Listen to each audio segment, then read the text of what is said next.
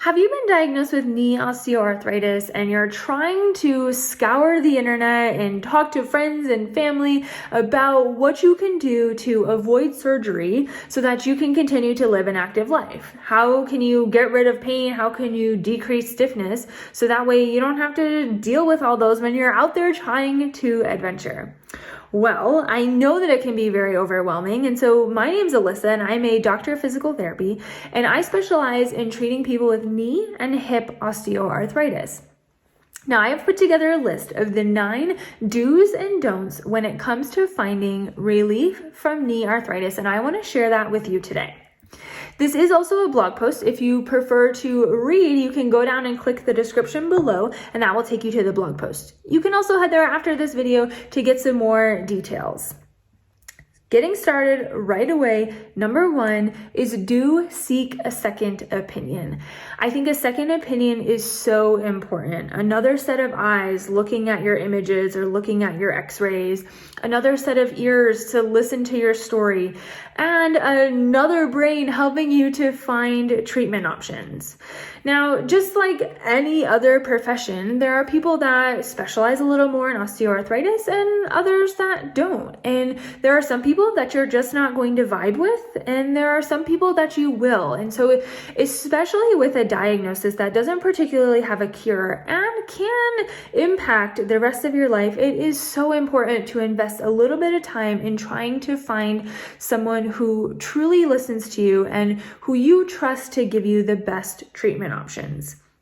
I meet a lot of people who are told, no higher impact exercise, just, try to reduce activity as much as you can, and all kinds of different things. And this can be very, very disheartening if you love activity, love adventure, and really want to go the path of avoiding surgery. Avoiding exercise is not going to get you there.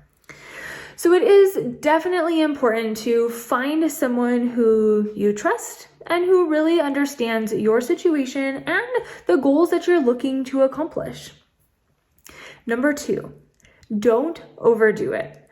Now, I often hear that, if you're having gradual knee pain, then all of a sudden you say, help somebody move, or you run a marathon or walk a certain distance that you don't typically walk, and then all of a sudden you start experiencing more pain. Sometimes this is called a flare-up and can be triggered by overdoing it. And I know that this is much easier said than done as far as don't do that. But this is one thing to pay attention to that a lot of people just tend to kind of almost neglect and not really put any conscious thought into it. Because once you find out what triggers your pain, once you find out what flares up your pain, it can be a little bit easier not to cross that line. Because sometimes when you cross the line into a flare-up, you can be dealing with increased pain for a few days. It can interfere with plans, it can interfere with adventures. And so we want to try to stay out of that flare-up stage the best that we can. Now, I do have a video here that gives you 5 ways to help immediately reduce joint pain if you are in one of these flare-ups. But the best way forward is to simply try to avoid this. Now, when you're experiencing higher levels of pain, say you're doing a certain exercise, walking a certain distance, and then all of a sudden you start to notice pain that's higher than you're used to. So you start to notice higher levels of pain, kind of up in that, I usually say like 5 out of 10 or above. When this happens, your body is trying to talk to you. Your body is trying to say, hey, whatever you're doing, I need you to stop or I need you to modify. So then that way you prevent these flare-ups. So listening to your pain is one thing. If it's below that, it's likely okay to keep going.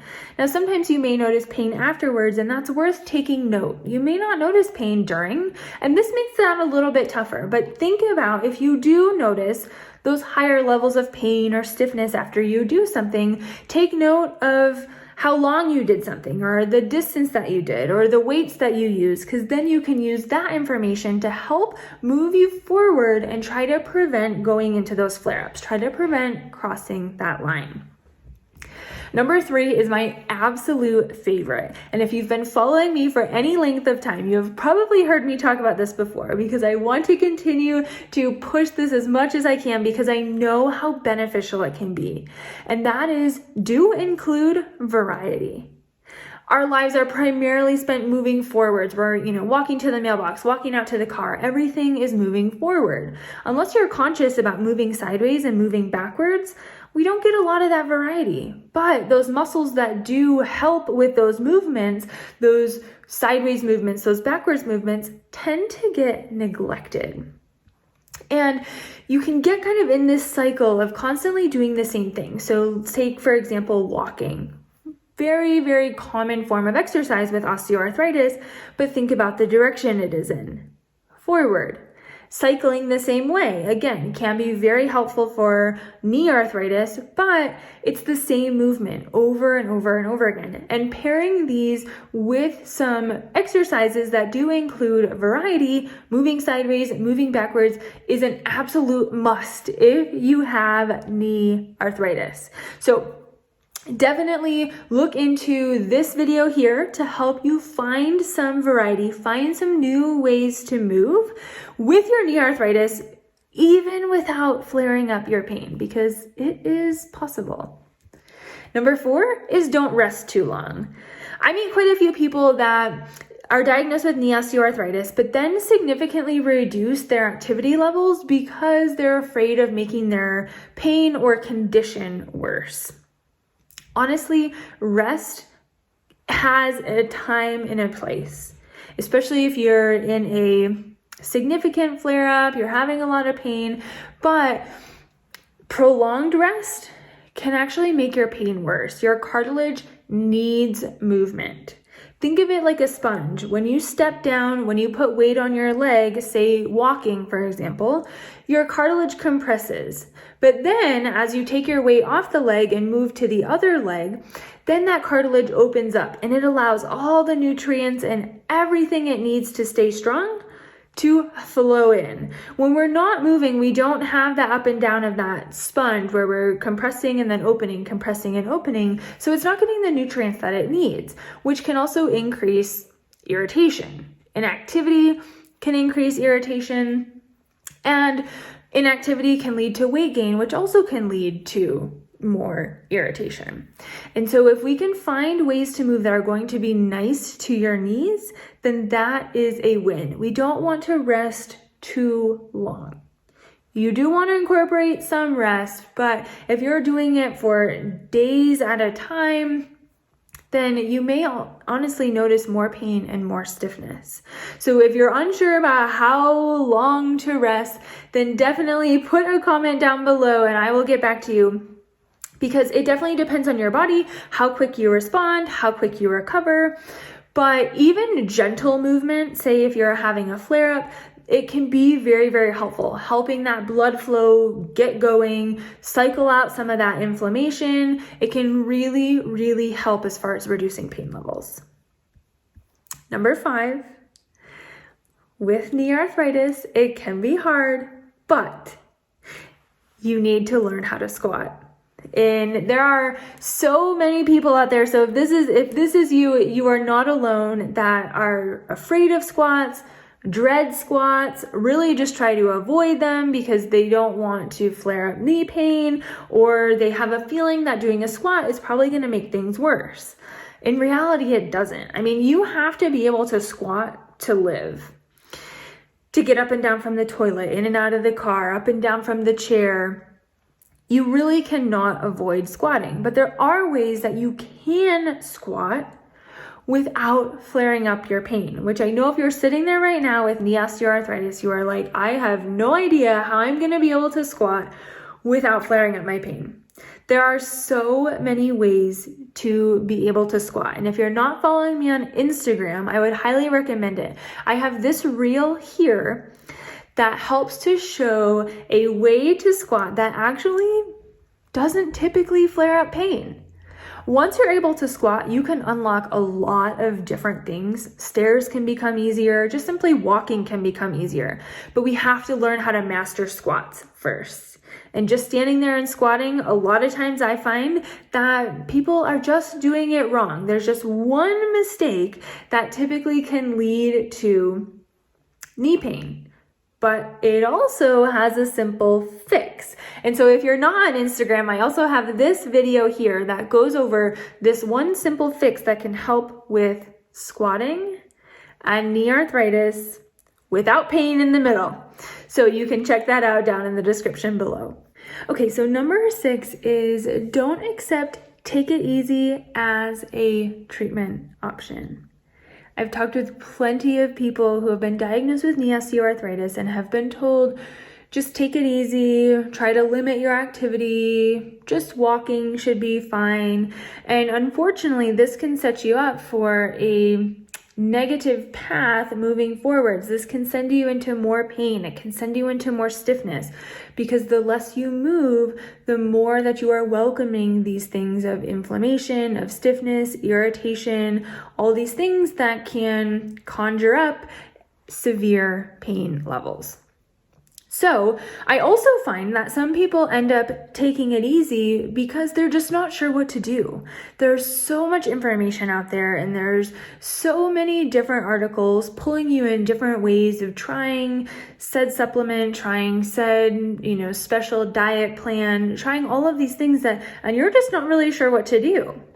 That is why I have created an online course that's specifically targeted to help give you a step-by-step process of what actually works with finding osteoarthritis pain relief. So this is called the Arthritis Adventure Blueprint. And this program is going to show you what to do as far as anti-inflammatory eating, how to control inflammation with arthritis-friendly exercise, and other strategies that often aren't talked about. And this is set up in a way that's progressive. So we start with the basics and then continue on. So that way you can learn how to adventure in a simple process to follow. I know how overwhelming it can be. So the link is down below for that, or you can go to arthritisadventure.com to learn more and to get started because action is key. Now, number 7, we just kind of touched on this very briefly, but food plays an enormous role when it comes to finding arthritis relief. So do pay attention to food quality. Food quality is extremely important, and it's not so much the calories and things like that, but it's actually what is in the foods that you're eating.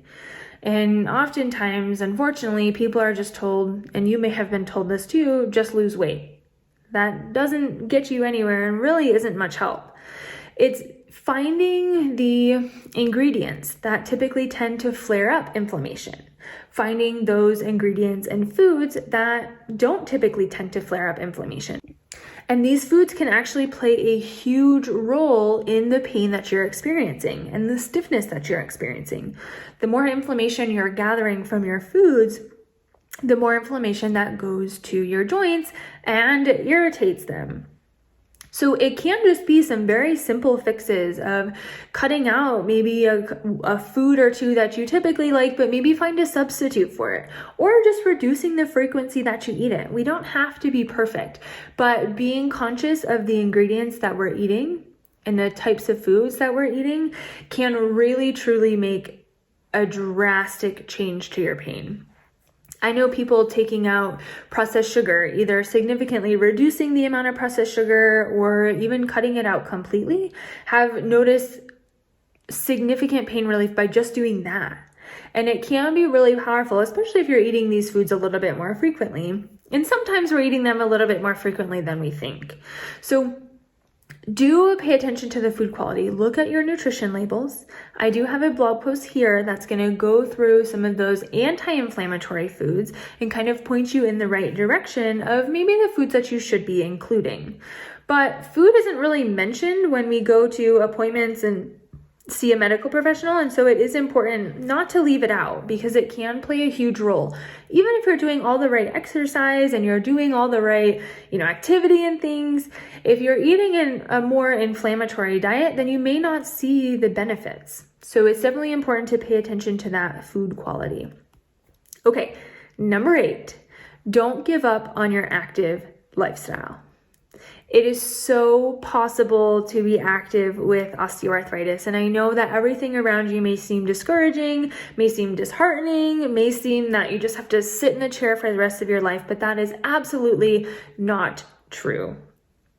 If you are struggling to find hope, if you are struggling to find ways to stay active on this channel, that is one of my primary missions, is to show you that you can gain the strength and you can move in order to help find relief and to keep your active adventure alive. To keep an active lifestyle. Because I meet so many people who are like, you know what? I was super active before. I was doing this, this, and this. And then I got this diagnosis and now I'm not doing any of that. And I really miss that. Or you miss the friends that you used to connect with, or, things like that. It is possible. Now, you do have to do some work to get there. So it's getting stronger, getting better balance. There's all sorts of different things, but it is absolutely achievable with the right consistency and dedication. And in that blueprint, I walk you through how to feel strong, how to get back to some higher impact exercise, what to do strength training wise, so that way you can get back to your active lifestyle. You do not have to abandon it. And then number 9, the lasting words for finding relief for knee osteoarthritis is do take action. Taking kind of a backseat and just, wishing the pain away and hoping that the stiffness will reduce is likely not going to get you to relief. Taking action is one of the most important things if you have knee arthritis. And the quicker you take action, the better. When you're in the more mild to moderate stages, pain levels aren't so high, that is the best time to take action. Now, if you're dealing with bone on bone and you do have severe pain, it's not too late. Taking action can actually bring some surprising pain relief, and you may be shocked at actually what you can achieve, even with bone on bone arthritis. I do have a blog post here that's going to go over some things to avoid if you have bone-on-bone knee arthritis, just for some further guidance there.